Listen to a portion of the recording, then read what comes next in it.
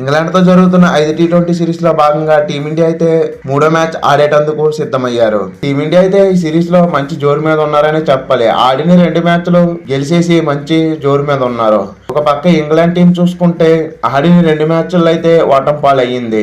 ఇక మిగిలిన ఈ 3 మ్యాచ్లు అయితే వాళ్ళకు డూ ఆర్ డై మ్యాచెస్ అని చెప్పాలి. ఈ సిరీస్ లో నిలబడాలంటే ఈ మిగిలిన ఈ 3 మ్యాచ్లు గెలిస్తేనే వాళ్ళ సిరీస్ అయితే కైవసం అవుతుంది. ఇంకో పక్క ఇండియాకి చూసుకుంటే ఈ 3వ మ్యాచ్ మాత్రం గెలిస్తేనే చాలు సిరీస్ అయితే మన సొంతం అయితే అవుతుంది. ఒక పక్క ఇంగ్లాండ్ అయితే మాత్రం ఈ మ్యాచ్ ఎలాగైనా గెలవాలని చూస్తారు. ఇంకో పక్క ఇండియా అయితే ఈ మ్యాచ్ గెలిచేసి సిరీస్ అయితే సీల్ చేయాలని అనుకుంటుంది. ఇక ఈ 3వ మ్యాచ్ అయితే రాజ్కోట్ వేదికగా సౌరాష్ట్ర అసోసియేషన్ క్రికెట్ స్టేడియంలో అయితే ఆడబోతున్నారు. ఇక ఇక్కడ పిచ్ రిపోర్ట్ విషయానికి వచ్చామంటే ఇక్కడైతే మాత్రం ఒక ఫ్లాట్ ట్రాక్ అయితే ఉండబోతుంది. ఇక్కడ బ్యాట్స్మెన్స్ అయితే మాత్రం మామూలుగా ఎంజాయ్ చేయరు. ఇక్కడ పిచ్ అయితే మాత్రం ఫుల్ అండ్ ఫుల్ ఒక బ్యాటింగ్ ఫ్రెండ్లీ వికెట్.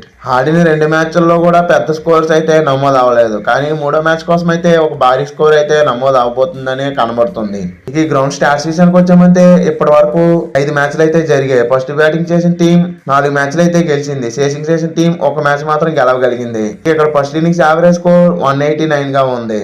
ఈ గ్రౌండ్ లో అయితే టీమిండియాకి హైయెస్ట్ టోటల్ 228 గా ఉంది.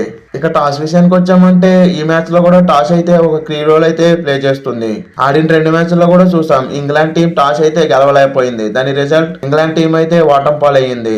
ఇక ఈ మ్యాచ్ లో టాస్ గెలిచిన కెప్టెన్ అయితే కళ్ళు మూసుకొని ఫీల్డింగ్ తీసుకుంటారు. స్టాట్స్ అయితే ఫస్ట్ బ్యాటింగ్ అనుకూలంగా కనబడుతున్నప్పటికీ టాస్ గెలిచిన కెప్టెన్ అయితే మాత్రం బౌలింగ్ తీసుకుంటారు. ఇక టీమ్స్ విషయానికి వచ్చామంటే ఇంగ్లాండ్ టీం అయితే ఫస్ట్ మ్యాచ్ లో దారుణంగా ఫెయిల్ అయినప్పటికీ సెకండ్ మ్యాచ్ లో అయితే టీమిండియాకి చాలా గట్టి పోటీని అయితే ఇవ్వగలిగింది. ఒకనొక సమయంలో అయితే ఈ సెకండ్ మ్యాచ్ ఆలే గెలిచేదని అనిపించేలాగా ఆడారు. ఇక వాళ్ళ బ్యాట్స్మెన్స్ అయితే మాత్రం వాళ్ళ ఓపెనర్స్ అయితే ఇప్పటి వరకు ఫైర్ అవ్వలేదు. ఈ మ్యాచ్ లో అయితే వాళ్ళ ఓపెనర్స్ దగ్గర నుండి భారీ రన్స్ అయితే రావాల్సి ఉంటుంది. మెయిన్లీ ఫీల్డ్ సాల్ట్ అయితే మాత్రం హర్షదీప్ సింగ్ బౌలింగ్ ఆడేటందుకు బాగా స్ట్రగుల్ అవుతుందని చెప్పాలి. ఇక బెంటెకెట్ కూడా పెద్ద స్కోర్ అయితే మాత్రం పెట్టలేకపోయాడు. వీళ్ళకి ఏదైనా పాజిటివ్ మూమెంట్ ఉందంటే అది 1 డౌన్ లో వచ్చిన జాస్ బట్లర్ అయితే మాత్రం అన్ని రెడ్ మ్యాచ్ లో కూడా చాలా మంచి ఫామ్ అయితే కనబరిచాడు. ఇదే ఫామ్ ఈ మ్యాచ్ లో కూడా కనబరచాలని అనుకుంటాడు. వీళ్ళు టాప్ ఆర్డర్ ఇలా ఉన్నప్పటికీ మిడిల్ ఆర్డర్ లో కూడా చాలా కష్టాలు అయితే కనబడుతున్నాయి. మెయిన్లీ హరీ బ్రూక్, లియామ్ లివింగ్స్టన్ వీళ్ళిద్దరి దగ్గర నుండి అయితే పెద్దగా రన్స్ అయితే రావట్లేదు. ఇక లాస్ట్ మ్యాచ్ లో వచ్చిన జేమ్స్ స్మిత్ అయితే మాత్రం ఆయన ఫస్ట్ మ్యాచ్ లో మంచి టచ్ లోనైతే కనబడ్డాడు.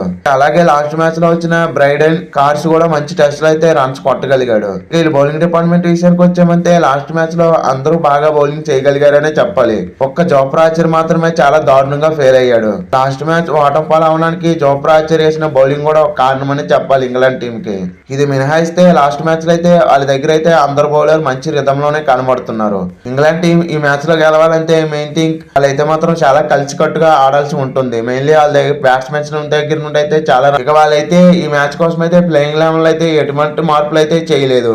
సెకండ్ టీ20లో ఏ ప్లేయింగ్ లెవెన్ తో బరిలో దిగారో సేమ్ అదే ప్లేయింగ్ లెవెన్ తో అయితే థర్డ్ టీ20లో కూడా బరిలో దిగబోతున్నారు.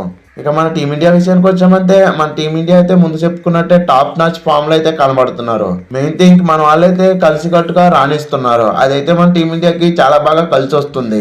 మన ఓపెనర్స్ అయితే లాస్ట్ మ్యాచ్ లో తడబడినప్పటికీ ఈ మ్యాచ్ లో అయితే మాత్రం రన్స్ వచ్చేటట్టే కనబడుతున్నాయి. ఇక 1 డౌన్ లో అయితే సూర్యకుమార్ యాదవ్ కొంచెం రన్స్ కొట్టాల్సి ఉంటుంది. ఇక మిడిల్ ఆర్డర్ లో అయితే తిలక్ వర్మ ఎటువంటి ఫామ్ లో ఉన్నాడో మనం చూసాం. లాస్ట్ మ్యాచ్ లోనే నాకు మన టీమిండియాకి ఎటువంటి నాకో ప్రత్యేకంగా చెప్పక్కర్లేదు. ఇక హార్దిక్ పాండ్యా చాలా మంచి ఫామ్ లోనైతే ఉన్నాడు. మన బౌలింగ్ డిపార్ట్మెంట్ విషయానికి వచ్చామంటే లాస్ట్ మ్యాచ్ లో అయితే ఇద్దరు పేస్ బౌలర్స్ తోనే బరిలో దిగారు. అయినప్పటికీ హర్షదీప్ సింగ్ అయితే మాత్రం ఆ పవర్ ప్లే లో బ్రేక్ త్రూ అయితే అందిస్తున్నాడు.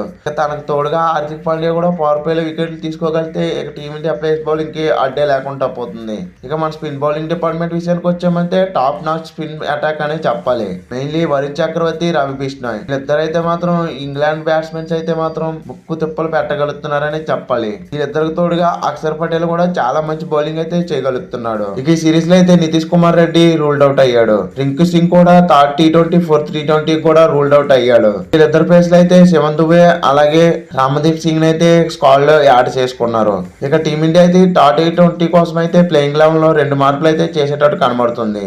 వాషింగ్టన్ సుందర్ ప్లేస్ లో అయితే శివన్ దుబే అయితే స్ట్రైట్ గా ప్లేయింగ్ లెవెన్ లోకి తీసుకొచ్చే అవకాశం ఎక్కువగా కనబడుతుంది. అలాగే రవి బిష్ణు ప్లేస్ లో అయితే రమణదీప్ తీసుకునే అవకాశం ఎక్కువగా కనబడుతుంది. ఈ 2 మార్పులు అయితే టీమిండియాకి అయితే జరిగే అవకాశం ఎక్కువగా ఈ టాప్ టీ20లో అయితే అవకాశం ఉంది.